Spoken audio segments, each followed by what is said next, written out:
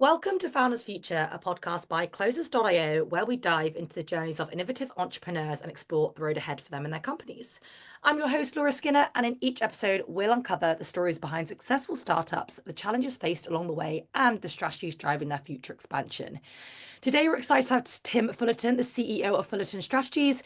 Tim will be sharing more about his founding story and giving us a glimpse into his plans for future growth. So let's jump right in, Tim, and welcome to Founders Future. Hey, thanks. It's great to be here. Awesome. Great. So take us back to the beginning. What inspired you to start? And of course, what do you solve in the marketplace for our listeners? Yeah, so I had spent over 20 years of my career in-house for marketing and digital organizations. Everybody from President Obama's first presidential campaign in 2008 to WeWork for 5 years as a VP of marketing there. And after 5 years of being at WeWork, which I was there for both the climb and then the drop and then the digging out from that, I realized I had a pretty, I had a pretty unique skill set of having both political and business experience. So I decided to start my own digital agency, Fullerton Strategies, in March of 2023.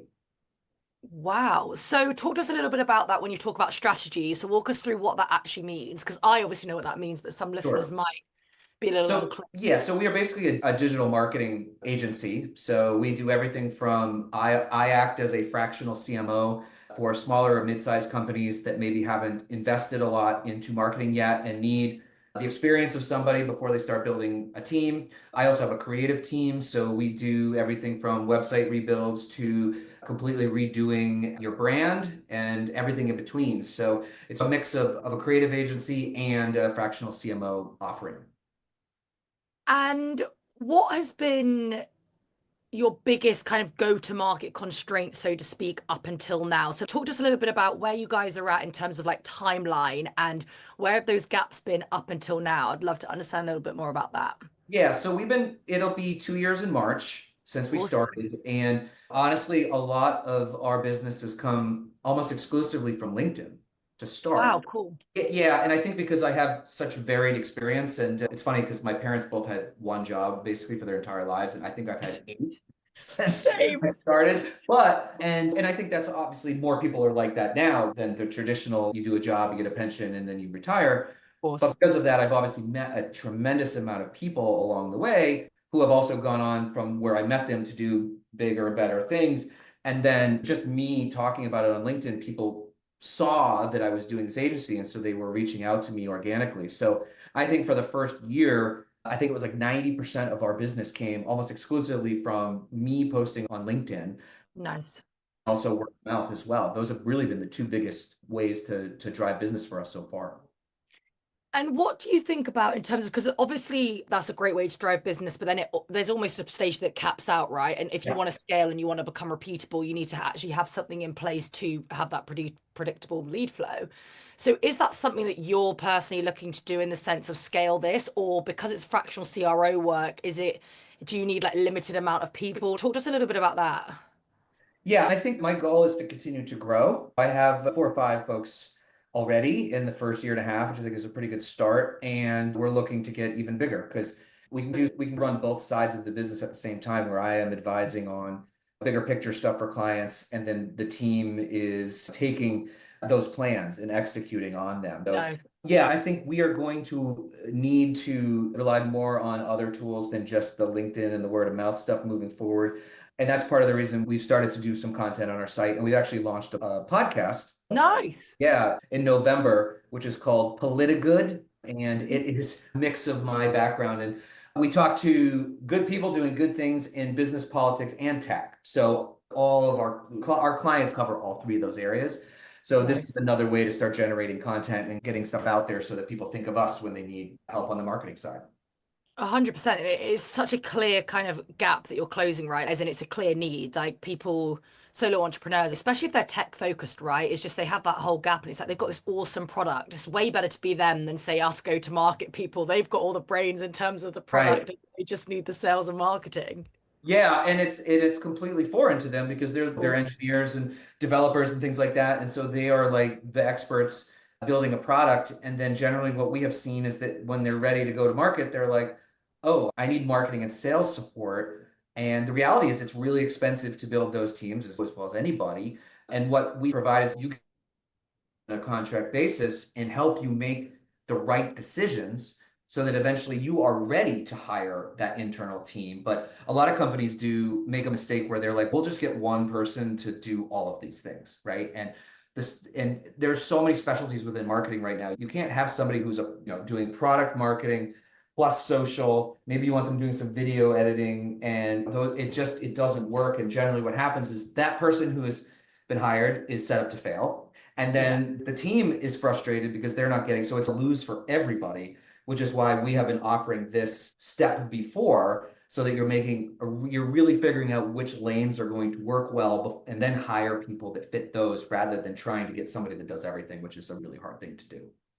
100%. I completely agree. Like, marketing is just like a web of some of my friends in marketing, they could be doing something completely different to my other friends that have a job in marketing. I'm just like, you guys, this is insane. You guys are like polar opposite job. But talk to us a little bit about scalability, right? So you've got this, and it's great the first couple of years to be referrals, word of mouth, because it just that feedback loops there, your customers, it's a warm intro, your close rates higher, all of that kind of good stuff. So what now you're transitioning into scalability, what areas have you explored when it comes to acquiring those new clients? Are you going to double down on the LinkedIn? Are you going to go paid media? Are you going to bring someone in to do outbounding? Like, where does that lie for you guys? Yeah, it's a great question. And I think it's a little bit of everything. And I'll admit I haven't been as aggressive on LinkedIn as some of our, we've gotten a little more busier. I'm going to be doing that. Like I said, the podcast that we are doing, Politigood, is also meant to push more content out into the ether that is hopefully relevant to people, that will be more effective than just a straight sales pitch. But we're also doing some outbound right now as well. And I'm working with a group that is helping us kind of refine who we should be targeting and then reaching out to folks. And we haven't locked any business from that yet, but we do have one very promising one. So that has seemed to work. And we're still in the testing and iterating phase of which of these things actually is going to be the most effective for us. Have you doubled down on paid media at all or worked through that? I'm sure you've got so much experience with that anyway. I do, and I haven't because I am more on the organic side and I tend to lean on the things that are more effective for me. That doesn't mean we won't do that. And I think it's a possibility. And talking to other people with firms at my size, it can be quite expensive to do that, to actually bring in leads that are qualified. So I haven't done that yet, but it is certainly on the radar to test probably sometime in 2025. Yeah, for sure. It's an interesting one, isn't it? It's just like where you go outbound and it's a lot slower and organic, but then what you can get from inbound. It's an interesting debate. Yep. It's awesome that you're trialing, or it's like you're in that phase where, okay, now I've got to X, let's try these three channels that are of outbound or inbound, and then let's just double down on the one that works in 2025, which is an exciting place to be, right? Yeah, I agree. And my entire career has been about testing and iterating and finding out which ones work and stop doing the one things that don't and continue to move. So it's something we do for our clients too. So it's fun to do it for your own business, especially when you I find bet. ones that are working. Yeah.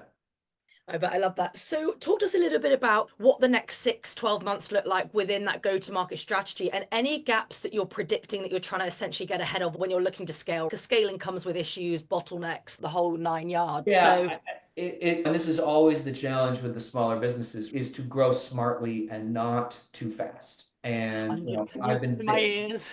Yeah, I get it because you get excited to see all this money coming in, but you have to realize that it's not a spigot that just turns on and it will be endless. I think that growing intelligently is the most important rather than being able to say 100%. in 6 months I've added three more people or whatever. I want to make sure that is a strong reserve set up and in these moments of more clients and preparing for those next steps that so that you can actually make a hiring decision and not go 2 months down the road. Sometimes you lose a client or two as things happen and go, oh God, I don't have enough. So I think it's going to be really identifying the gaps in the team based on new clients that come in to be able to make those decisions to grow.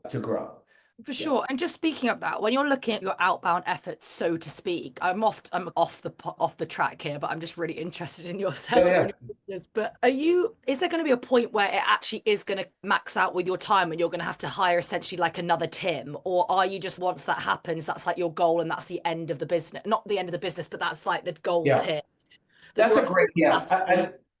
You're right, because there's a certain amount of time that I can have, Of right? And course. I also have a family and a life outside of this. And so I don't want to be constantly like at the max capacity for whatever the next 20 years. I don't know about another me, but I think bringing in more senior strategists that can execute on the vision. Because right now I do all the CMO work and I'm also our salesperson and also managing the team, which is okay at the moment. But I think that really figuring out what we need next that both gets what our clients need and also potentially takes some stuff off me. Like I personally would love to stop being the main salesperson at some point, 100%.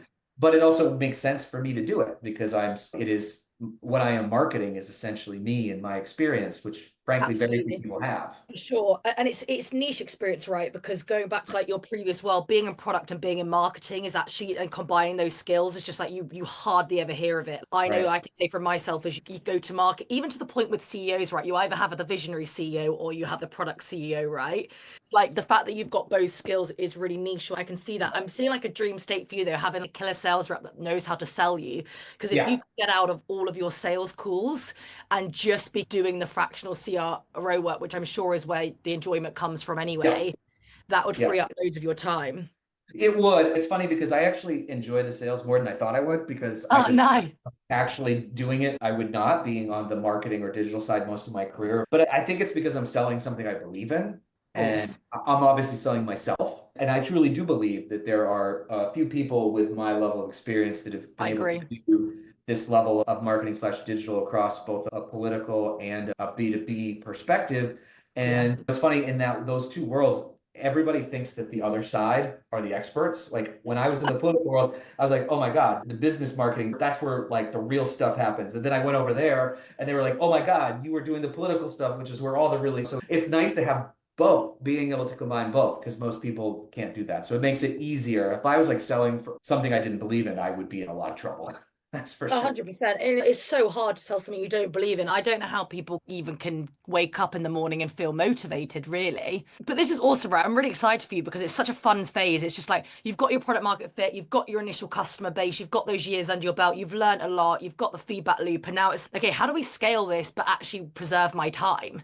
Yeah, and I think that is still very much an open question. And I think that I would be lying is a strong term, but pretending like I knew the path to you and your audience. But the reality is, some of this is really trial and error and seeing where we go. Course.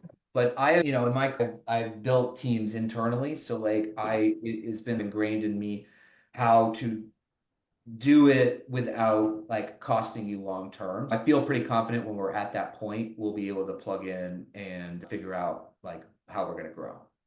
I love it. Awesome. So, in terms of your experience and just pivoting onto you a little bit more, so the business is doing really well. It's amazing what you're doing, but how has it been like transitioning, I guess, slightly out of the corporate world? I know you were almost like in your senior roles and we work and etc. But it is an interesting jump, isn't it? It really is. I have always worked for somebody. Yeah, it's And crazy. whether nonprofits, political world, or business world, I've always had somebody that I've had to propose my plans to and my vision to. Yeah. And that can be great and it also can be frustrating. And I think that at my point in my career, like I said, I've done this for over 20 years now. I wanted to be able to present my ideas unvarnished to folks. And I decided to start this. I got lucky because I actually was leaving work and was going to take some time off. And I had folks on LinkedIn, again, reaching out to me being like, oh, are you available for this? Are you available for That's that? And so good. that's how the business started. So I already had a client when I launched, which is obviously the worst thing Unbelievable. is to get that first one, because frankly, who wants to be first? You usually want to see a record of success. So I didn't have that step. So that made it a lot easier for me. But yeah, but it has been the freedom of being able to be your own boss and set your own time and set what you're going to do is really great. Now it comes with some downsides too, right? The stress of payroll and stuff is not my favorite, even in any, when I'm not an admin person, You but kind of got to do it all all. it's, but all of it, I love being responsible and I love being the one that I guess the buck stops here, which I think was a Harry Truman thing, our president of ours like 70 years ago. But it's really great, but it does have some downsides as well because if it fails, it's your fault. But I'm been happy to take that on, and I also figured at my point in my career, if I didn't do it now, I probably never would have. So I'm super glad that I made this decision to go out on my own. I love that. I love that. Honestly, it's inspiring. Honestly, because some of the people that listen to this podcast or I interview, like 90% of them have gone up this corporate ladder and then decided to make the jump. Some of them are wacky entrepreneurs that wake up every day and have a new idea, Right. but a lot of them have felt the actual pain and then all the demand from the market. So you must have learned so much in the last couple, at least last 2 years, right, in making this Oh, transition. So before we wrap, because this has been super inspiring, but I'd love to just double down and get some like key takeaways, key, like yep. anything you can share, because it must have been that jump is just great. Oh So my it's, God, I've learned so much. I And bet. it honestly, like the only way that I got through the beginning, because the beginning is hard because you're literally looking at a blank screen essentially, and you're like, where do I even begin? I can't even imagine that start. And the way I did it was ask people who had done it before that I knew. And I had a really good group of former colleagues that were basically gave me free advice on how to do it. And because in the Nice. US, I'm sure it's different in the UK, but like you have to set up the company and there's a process for setting up an LLC. And it's different in every state because in the United States, we love to make things difficult. And so like you got to follow Straight different. away. Yeah, I'm sure. I know it's not really. We all have it, and starting that stuff was. It was just. It was. I just didn't know how to do it, so doing it the right way, but having people to be able to bounce ideas off and talk to was incredibly valuable. This guy who was very high up at WeWork for a while, I talked to him, and he had started like 4 or 5 businesses, so I was able to like. And he was just giving So me key. information that probably, if I had paid him, would have been thousands of dollars, but he's doing it for free. And in this digital marketing space, there's a bunch of people who've gone out on their own. So I can't tell you how much I've learned and also learned about admin stuff, which, like I said, I don't particularly love, but knowing it It's is true. important if you're going to be a leader. So I've learned so much in the last 2 years. It's been insane. It's true. I was actually speaking to the CEO of Momentum, that is a company that raised their Series A. They're like 20 mil. They do AI for like picking up customers, like what they're saying on the calls. And she was saying something like the best thing she ever did in her whole thing was hire an ops person that could just create the contracts. And because you don't even think that, like, I Right. go and see the contract out and it's just, I just search for it and I'm just like, where's my contract? Send it out. But like, it's things like actually creating the contracts, making sure they're legal, all of that hate, the payroll, HR that, like, Yep. actually you don't even think. And it's just like they're so valuable for the business. It's so important. That actually was my first hire was an operations person. It Yeah. wasn't So you're it wasn't exactly a, the same. it wasn't a social, it wasn't a content because I know how to do those things myself. But like somebody for structure and building, that's how I got to the 4 or 5 people was that person came in and set up systems and all that stuff because creatives generally don't tend to be ops people and ops people don't tend to be creative. So like that was to me the most important first hire was somebody that could build the structure. 100%. That's super true. There's honestly, it's so funny that you're so aligned with that because not actually a lot of people mention it, but I just wanted to re-highlight it on this podcast for sure. Yeah. But that does wrap up another inspiring episode of Founders Future. I want to thank Tim for sharing his incredible journey and insights with us today. To our listeners, if you enjoyed this episode, don't forget to subscribe to Founders Future via wherever you listen to your favorite podcasts. You can also find more resources and insights at closest.io, where we're dedicated to helping businesses accelerate their sales through trained appointment setters and world-class marketing systems. We look forward to seeing you in the next one.